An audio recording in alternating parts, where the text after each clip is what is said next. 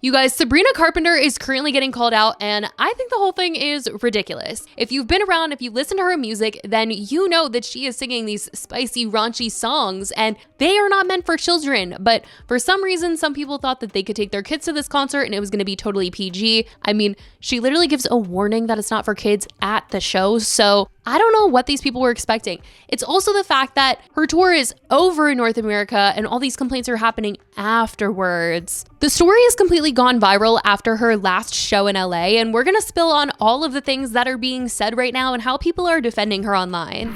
Right now, there's a heated online conversation surrounding Sabrina Carpenter's recent performances. Specifically, the chatter really picked up after her LA Night 3 show during her Short and Sweet tour. And honestly, I don't know where some of these people have been because that show was the last one on her North America tour. So she's been at this for a little while now, but after this one specifically, people were online criticizing her, and honestly, I think it's unnecessary. Critics are calling the parts of the show too much, particularly pointing to her performance of Juno and Bedchem, saying that some of the stage movements are inappropriate. If you're familiar with Sabrina's music, then you know that her song Juno is literally her singing that she's so effing, a word that rhymes with corny, if you know what I mean. So if you're taking your kids to the show, that's on you. But during her concert every night during Juno, when she sings the line, "Have you ever tried this one?" she then runs up to the end of the stage and she does a certain position. She switches up every position that she does every night. And well, obviously it's alluding to a position that someone would do in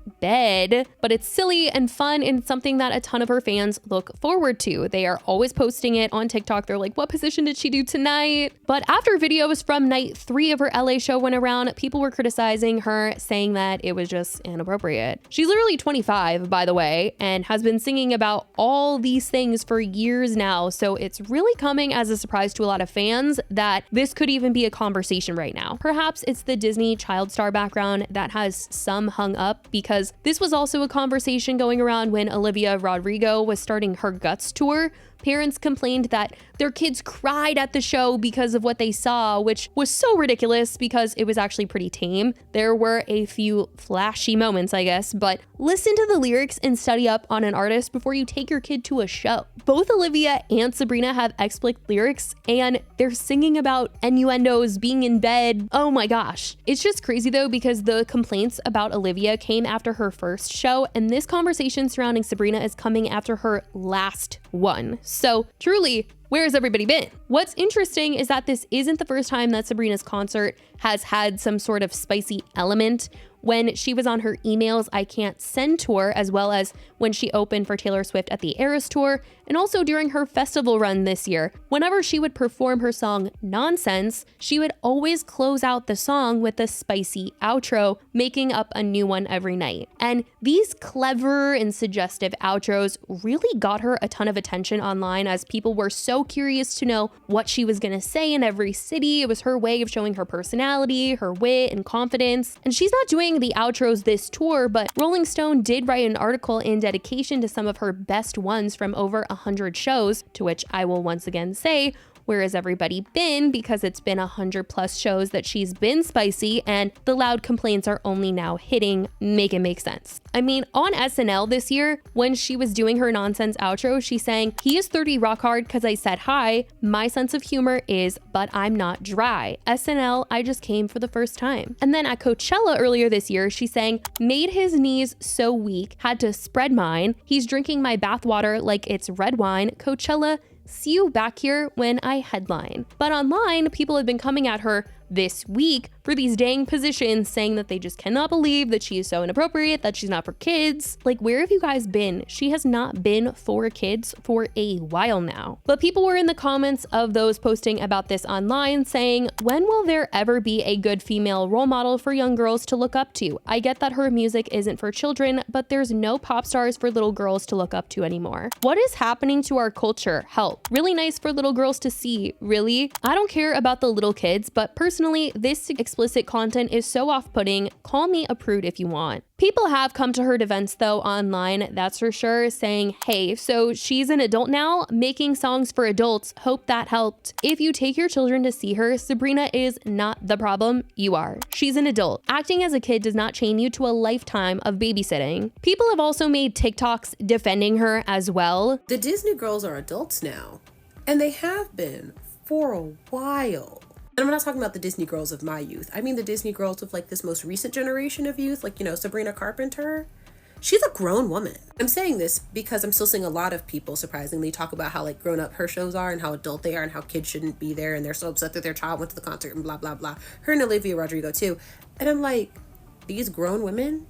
You're upset that these grown women are being grown? And I know I talk a lot about, you know, supporting kids and having an environment that's safe for kids and having empathy for adults who are trying to raise aforementioned kids and everything like that. But in that is also the very true fact that your child is your responsibility. Maybe before you buy your child tickets, listen to the album. Listen to any album. This might be her wildest album, but it's not the only wild album. I was listening to A Nonsense Christmas yesterday and almost cut it off for my baby. And you know whose problem that is? Mine. Like, yes, we live in a society with other people. Children are a part of that society. Society should be safe and caring of children. And a part of that isn't making sure that every concert is kid friendly. It's knowing which ones aren't and not taking your kid there. What part of right on me, I mean camaraderie, made you think this was child friendly? Or want to try on my fuzzy pink handcuffs? Want to try out some freaky positions? Or how about I'm so HORNY? Like, I'm not a parent, okay? I say this all the time, but like I could be. I'm 27. If I was someone who didn't want my young children, specifically my young daughters, listening to risque music, and my kids were like, I really want to go see this concert, like I want to go see Sabrina Carpenter or anybody, I feel like as a parent I would like look into the concert a little bit. The fact of the matter is y'all don't associate someone who looks like Sabrina Carpenter with having explicit lyrics or doing promiscuous things on stage. It's because your brain has been programmed, actually conditioned by society, to view certain women as innocent and others as promiscuous. Sabrina's in the innocent category, obviously. Who do you think's in the promiscuous category 9 times out of 10? Do they perhaps look like me? Yeah, they do. So maybe if you could do the work to reprogram your brain, you wouldn't make a silly mistake like assuming the content of Sabrina Carpenter's concert was going to be appropriate for children, even though half of her album was explicit. Implicit biases, they'll really get you. Why do people always bring up that Olivia and Sabrina are former Disney stars, but that energy isn't saved for Ross Lynch and Jake Paul? It's just really weird. Like, they're all former Disney stars. Shouldn't they all be held to this standard of being child-friendly for the rest of their life, if that's what we're saying? Plus, bringing up Jake Paul and Ross Lynch, I mean, both of them were both on Disney Channel, and truly, Jake is out here acting a fool, and Ross Lynch gets up on stage and does raunchy stuff, and nobody says a word about how they were once in kid content or should be good role models. At the end of the day, this is bigger than just Sabrina Carpenter. This debate highlights how we view artists as they grow and evolve, especially females. I mean, Sabrina is no longer a child. She's 25, and people want her to be child friendly. They want her to, I don't know what they want her to sing about. She's singing about her personal life. She's singing about things that a normal 25-year-old are going through, they're experiencing. And that's exactly who was at the concert. I didn't see a lot of kids when I went this past weekend. I saw a lot of people that were relating to the lyrics that she was singing because they were experiencing them themselves. That's the people that she is writing these songs for, the girls that are going through the situationships, that are getting their hearts broken, that are sleeping with guys and getting dumped. Like, that is what she is writing these songs for. And if not, then she's singing it for people that think they're funny and catchy, and that's that. Not for little kids. This whole thing is just so frustrating and it's ridiculous, especially like I said, because this isn't her first show. This is the last one on the North America tour. Like, truly, these videos have been going around the entire time she's been on tour, of every time she was doing a new position, anytime she did a raunchy outro.